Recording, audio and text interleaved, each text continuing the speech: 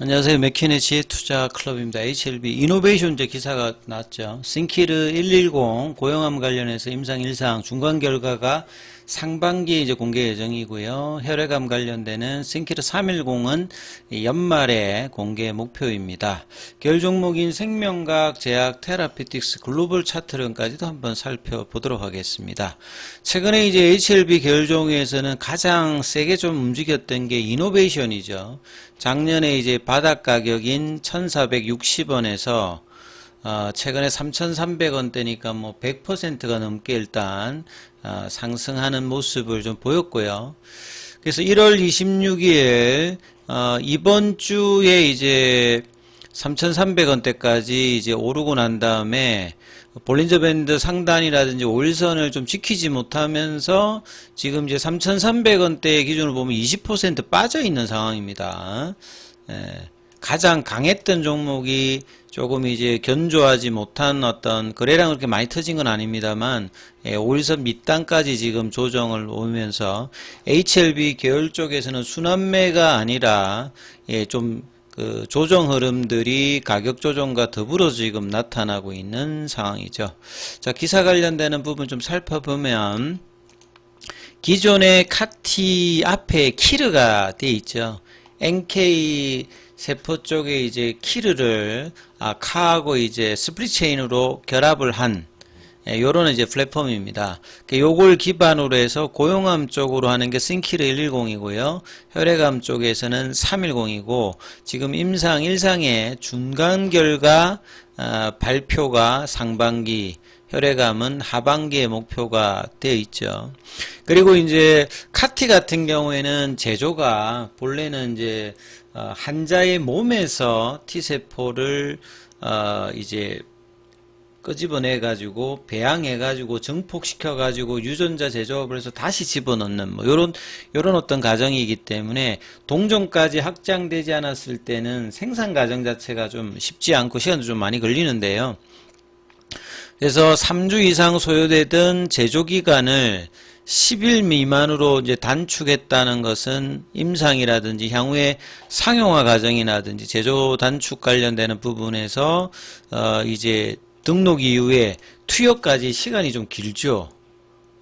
아무 때나 저 카티를 임상이나 상용하기 좀 어려웠는데 리드 타임을 줄이고 이후에 상용화 단계에서도 뭐 원가 구조 개선까지도 영향을 줄 수 있는 제조 기간 단축도 있고요. 그 다음에 이제 이 난소암이라든지 그 메소텔린이라고 하는 이제 단백질을 그 바이오마크로 한 고용암 파이프라인이죠. 중피종이라든지 난소암이라든지 이런 쪽에 타켓을 하는 거고, 보통 상반기에는 1월달에 JP모건 헬스케어가 큰 행사가 있고, 그 다음에 이제 4월달, 6월달 상반기 내에 AACR이 있고 이 아스코가 있죠. 그 둘 중에 하나에 그 발표될 가능성이 높지요. 그래서 난소암, 중피종, 단간암 대상으로 여기는 대부분 다 이 메소텔린이라는 바이오마커가 많이 드러나는 고용암이라고 보시면 됩니다. 그리고 고용암 카티의 기존의 한계로 지적되었던 사이토카인 후폭풍이라든지 그 다음에 지속성이지 못해서 재발이라든지 재발 이후에 그 어려움, 그 다음에 고용암 쪽에서의 어떤 지속 문제가 됐는데 이걸 얼마나 극복했는지가 중요하겠죠. 다른 카티하고 좀 다른 구조는 스플릿 체인으로 되어 있다. 그래서 스플릿 체인이 되어 있다는 말의 특징은 암세포와 이제 항원과 결합했을 때 이제 작동하는, 평상시에는 오프 상태가 되어 있기 때문에 과도한 어떤 면역 방어의 부작용 문제라든지 그 다음에 오프 타켓 형태의 문제도 줄일 수가 있고, 그 다음에 지속적인 가능성에 대한 어떤 그 극복하기 위해서 만든 게 스플릿 체인 구조라고 보시면 되겠죠. 그 다음에 혈액암으로 타켓하는, 혈액암에는 대표적으로 이제 CD19를 타켓하는 게 대부분인데요.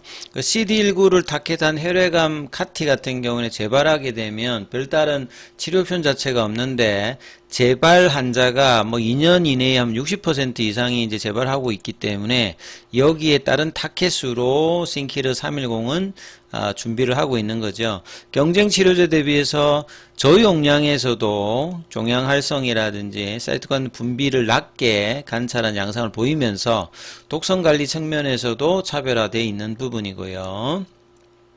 그래서 이 고용암에서 임상적 의의가 있는 지표가 확인되면 이노베이션의 그러니까 베리스모의 어떤 가치가 상당히 부각되고 장기적으로는 이제 최종적인 부분들은 카티는 대부분 2028년도에 임상 결과들이 나오는 어떤 중기적인 관점에서 모멘텀이 있는 섹터다 이렇게 봐야 되겠죠. 국내에서는 뭐 큐로셀이라든지 에클론. 자, 파이프라인의 기술적 차별성, 10일 이내에 이제 제조 혁신, 임상 실행력. 그래서 결과에 따라서 글로벌 빅파마가 얼마만큼 이제 관심을 보이느냐가 중요합니다. 지금 이제 중피종, 뭐 난소암, 담간암 관련되는 부분은 타키 신규 환자 수는 32,000명이니까 뭐 큰 규모는 아니에요. 근데 해당 적응증에 승인 카티 치료제 이 적응증으로 카티가 지금 없는 상황이고요. 그래서 반응률이라든지 보통 면역관문 억제제의 반응률이 30%라면 카티는 반응률이 60%가 넘습니다. 그래서 이 반응률이 높고 완치까지 가능하기 때문에 면역관문 억제제와의 어떤 병용, 그 다음에 이 고용암에서 성공을 한다면 카티 시장의 증가는 중장기적으로 계속된다. 이렇게 좀 볼 수가 있습니다. 그 다음에 HLB 관련해서 더 벨에서 이제 기사 아침에 나왔던 하나 더 살펴봐 드리면 뚝신과 고집사입니다. 그러니까 이제 CRL 내용을 보게 되면 보통 이제 CRL 내용에서 이런 게 있죠.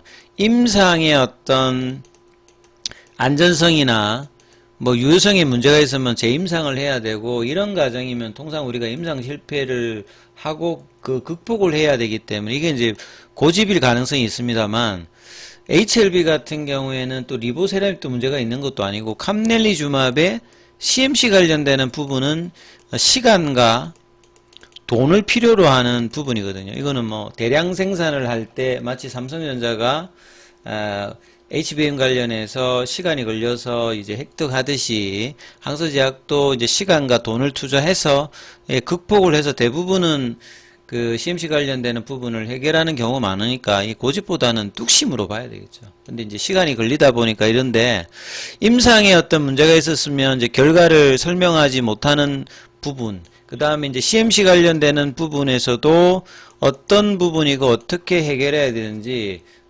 CMC에서 이제 2번을 걸려서 FDA에서 요구하는 어떤 수준의 CGMP 관련되는 부분, 그 다음에 항서제약도 더 이상의 CMC는 그러니까 CRL은 없다는 각오로 준비를 했기 때문에 이거는 뭐 워딩을 보면 뚝심이라고 봐야 되겠죠. 그리고 국산 항암 신약이 FDA 허가를 받는다는 상징성은 항암제 시장이 여전히 가장 크기 때문에 상징성은 여전히 큽니다. 그렇기 때문에 HLB도 의지를 가지고 계속 이제 도전을 하고 있는 거고요. 그래서 주가도 이제 작년도 저점 대비해서는 8~90% 정도 최근 그 7만원 부근까지 올라왔을 때 이 흐름을 보였는데 작년에 이제 시가는 아직 회복을 못한 상태입니다. 그러니까 밑단에서는 올라왔습니다만 작년에 빠졌던 거 대비하면 아직 이제 강하게 이렇게 회복을 했다고 보기는 일단 아직 어렵죠. 그래서 세 번째의 도전은 의지의 증명이 아니라 판단의 실험이다. 그러니까 뭐 제약바이오에서는 허가 받고 안 받고 특히나 한국 같은 경우에는 거의 뭐 바이오조 하면 사기 비슷한 어떤 흐름들이 이제 최근 몇 년 사이에는 라이센스 아웃들이 알테오젠이라든지 리가캠이라든지 뭐 올릭스라든지 ABL 바이오라든지 이런 종목들이 나오면서 많이 인식이 좀 바뀌었습니다. 근데 이제 자체적으로 라이센스 아웃 형태가 아니라 FDA 허가를 해서 그 블록버스트의 약물들이 나오게 되면 국내 바이오 산업이 한 번 더 업을 할 수 있는 상황이기 때문에 그 도전을 사실은 HLB가 하고 있는데 셀트리온 그동안의 과정을 보면 그런 게 초기에 있었습니다만 유독 이렇게 FDA에 두 가지 약물이 NDA 신청이나 리서브미션이 있음에도 불구하고 기간 리포트가 없다는 것도 상당히 좀 독특한 상황이죠. 그래서 이런 어떤 부분들을 승인 이후에 변화된 어떤 플레임을 좀 기대하면서, 그리고 국내 전체의 어떤 바이오 산업의 성장을 위해서도 이번 도전이 꼭 성공으로 나아가기를 또 기대합니다. 자, 이노베이션은 이제 이런 흐름이고요. HLB 제약 같은 경우에도 지금 이제 5일선 밑단으로 갭 떨어져서 지금 장중에 5일선 저항을 맞고 지금 흐름이 나타나고 있고, 생명과학 같은 경우에도 볼린저 밴드 상단에서 5일선 이제 지지 흐름까지 지금 내려와 있는 상황이죠. 테라피틱스 같은 경우에는 볼린저 밴드 상단 돌파를 못하고 다시 약 조정을 보여주고 있고요. 글로벌 같은 경우에도 볼린저 밴드 상단 태깅이 어제 안되고 오늘도 갭다운 하면서 흐름이 이어지고 있는데요. 자, 최대한 멀어지지 않는 상태에서 밑꼬리 형태로 감아채는 모습이 5장에 나올 수 있는지 여부가 중요하다, 이렇게 보셔야 되겠습니다.